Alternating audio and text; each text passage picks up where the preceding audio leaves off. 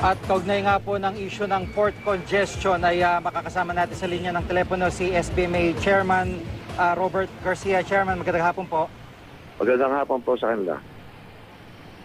Apo, at yun nga po, no, may proposal na parang sa SBMA dalhin itong mga labis o mga container van. Ano po ang inyong parang stand dito? Pumapayag ho kayo na pasamantala dito muna ilagay yung ibang mga container van? Opo, kasi actually yung initiative po na yan, nag-umpisa po yan sa aming port operator, yung SPITC, no? And napag-usapan namin na para makaluwag dyan sa Maynila dahil ang problema dyan, hindi sila makababa ng cargo dahil wala nang lalagyan. Dahil marami pong empty containers po doon, ano? So, pansamantalang, parang pagtulong naman sa mga negosyante namin dito sa Subic at saka Central Luzon, sabi namin bakit hindi kaya gamitin muna ang aming container port bilang storage area dahil po underutilized po yung container port namin at kasya po yung 7,000 containers dito. Apo, pero ang tinutukoy nyo po dito, ito lang mga walang laman na container van at hindi po dito kumbaga i-divert yung ibang mga kargamento diretso mula barko ibabagsak dito sa may SBMA? Hindi po. Kasi unless po yung mga kargamento talagang pupunta dito sa Central Luzon, di dapat dito na nila dalhin yun, ano? Pero this is mainly para sa mga empties at saka mga cargo destined for Central Luzon. Imbes na makadagdag pa sila sa traffic dyan sa Maynila, di dapat dito na lang, diretso na lang pumunta. Huwag nang dumaan ng Maynila, di ba?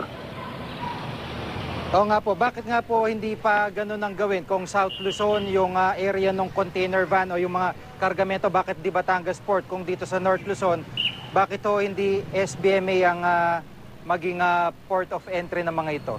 Yun po, matagal na po namin pinopropose yun dahil we have po the capacity, no? Ang capacity po ng port namin, 600,000.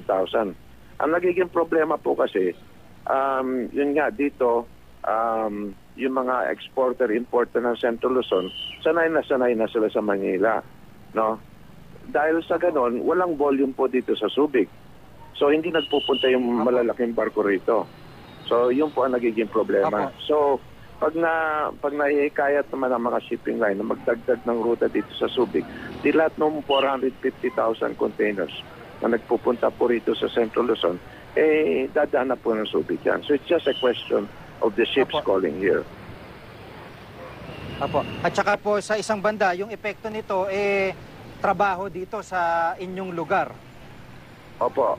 Siyempre makakatulong po 'yon, pero higit po sa lahat, marami po kaming importer at saka exporter, mga Japanese companies, Taiwanese companies na mahalaga sa kanila na makagamit sila ng Port of Subic dahil unang-una mas mura, pangalawa walang delay kasi pag dito po sila bumagsak, wala pong truck ban dito, no? 24 hours ang operation ng port namin, no? At ang walang baha dito sa Subic, no? So, talagang maraming advantages po rito na gamitin na nila yung Subic. So, yung po ang initiative po na yun ay talagang tuloy-tuloy namin kinakausap ang DOTC at saka yung Philippine Port Authority para malutas itong problema ito.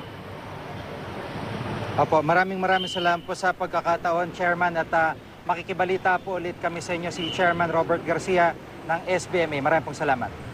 Thank you. Salamat din po sa inyo.